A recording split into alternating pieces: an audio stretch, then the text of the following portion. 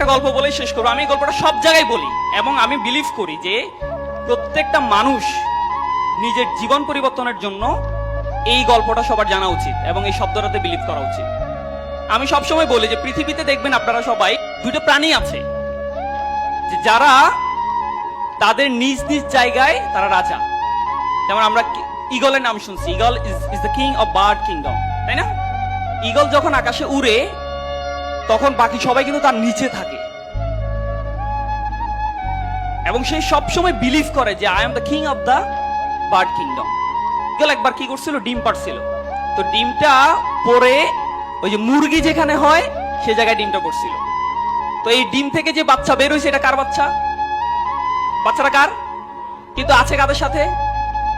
এখন এই বাচ্চা যখন ডিম ফুটে যখন বাচ্চা হইল তখন সে তার আশেপাশে দেখতেছে সব মুরগি, এমনকি সে নিজেকে ঈগলের বাচ্চা চিন্তা করবে? করবে বলেন?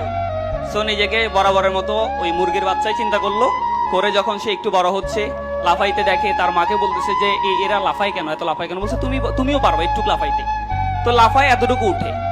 সে বিলিভ করছে যে মুরগি মানে হচ্ছে এর চেয়ে বেশি উঠতে পারে না, তাই তো নাকি? কিন্তু আসলে কি সে মুরগি ছিল? ছিল না। তো সে কিন্তু মুরগি না, সে কিন্তু ঈগল। সে যদি বিলিভ করতো যে I am the king of the bird kingdom, তখন কিন্তু সে আকাশে থাকতো। তাহলে এই যে বিশ্বাসটা, দৃষ্টিভঙ্গিটা, এটা যদি আমরা চেঞ্জ করতে না পারি, যত ক্যারিয়ার মিট আপ, যত স্কুল অফ ইঞ্জিনিয়ার, যত ধরনের মোটিভেশনাল সেশন আমরা নিই, বাট আমার নিজেকে আমি ডেভেলপ করতে পারবো না। এই জন্য আমাকে we have to change our attitude. So এই দিস ইজ অ্যাটিটিউড। আর একটা গল্প বলি, the king of the jungle নাম কি? লায়ন। লায়ন দেখবেন সবসময়, বাঘ কিন্তু লায়নের চেয়ে অনেক হিংস্র, হাতি কিন্তু অনেক বড় লায়নের চেয়ে, কিন্তু এই লায়নকে সবাই দেখলে কি করে? পালিয়ে যায়। কারণ ওই যে বাঘ, ওই যে আপনার জিরাফ আছে, তারা কিন্তু অনেক বড়, বাট বিলিভ করে the eater is coming to me. একটা হিংস্র লায়ন আমার দিকে আসতেছে, আমাকে খেয়ে ফেলবে। এই জন্য এটা কি তার ফিলিংস, তার অ্যাটিটিউড। তার অ্যাটিটিউড হচ্ছে সিংহ সামনে আসা মানে আমাকে খেয়ে ফেলবে, সেজন্য সে পালায়। আর লায়নের অ্যাটিটিউড কি? I need to take my lunch. I am so much hungry. সামনে যা আছে সব খাই ফেলতে হবে।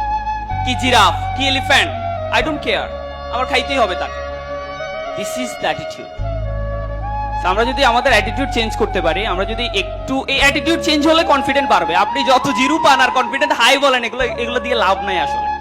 সো আমরা আমাদের জীবনকে চেঞ্জ করার জন্য, সুখ আনন্দ ফিল করার জন্য, একটু খুশি থাকার জন্য, হার্ট স্ট্রোক, ব্রেইন স্ট্রোক, যত ধরনের হৃদরোগ আছে এগুলো থেকে বাঁচার জন্য অ্যাটিটিউড ঠিক করতে হবে।